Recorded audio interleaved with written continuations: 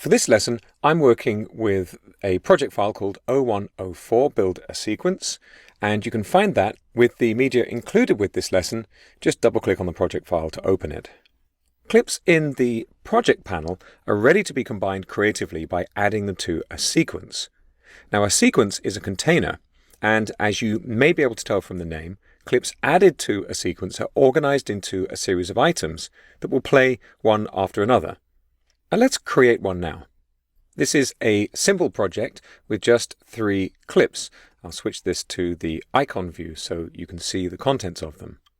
The clips are already imported, and you can see the timeline panel says drop media here to create sequence. So let's do that. I'm going to drag on the blank space of the project panel to lasso across these 3 clips so they're all 3 selected, and I'm going to drag them into the timeline panel.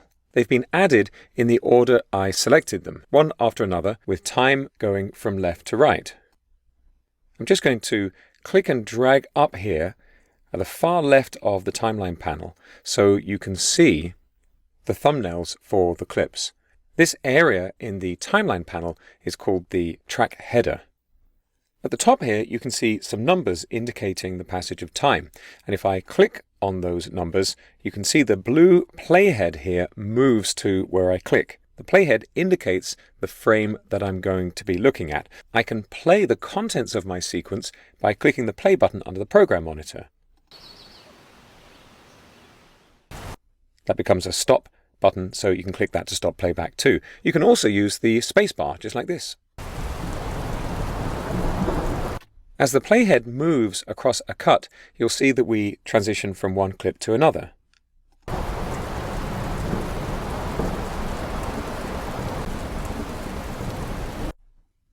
And you can also drag the playhead across the sequence. So here, I'm moving quite quickly through the content. When this sequence was created, which happened when I dragged the clips into the timeline panel, it also appeared in the project panel. It has the same name as the first clip selected. And you'll notice that there's a little icon. I'm going to click away to deselect it. There's a different icon for sequences as you'll see on clips, just at the bottom right-hand corner of the thumbnail. If I go to the list view, you can see the icons a little bit more clearly. I'm going to click on the name for this, just once to select and once again to highlight the text, and I'm going to call it First Sequence. I'll just click away to apply that.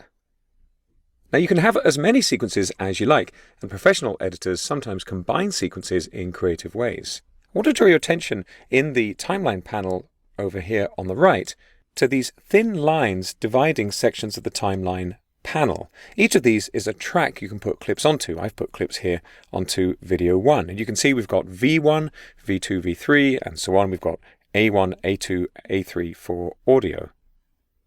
You can just about make out the waveforms for these clips as well. That's showing how loud the audio is that's associated with these particular video clips. All the audio tracks play together, but video tracks play one above the other. So if you had a title or a graphic, you would put that on an upper video track, maybe V2 or V3, to play in front of a lower track. Video and audio clips are separate in the timeline panel.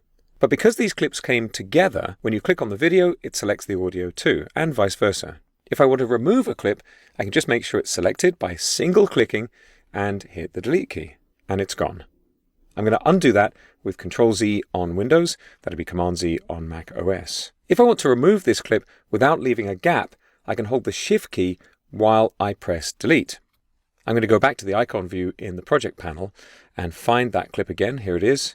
And drag it onto the timeline. And you'll notice when I do, it snaps into position. See, as I drag there, it jumps into position just at the end of the series. Releasing the mouse button places the clip. Another way to create a new sequence is to select a number of clips in the project panel. Here, I'm holding the Shift key down to select all 3 of these clips again.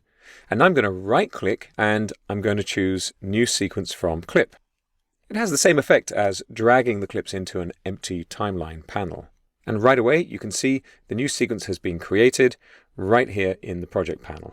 So that's how you build a new sequence, add and remove clips in Adobe Premiere Pro.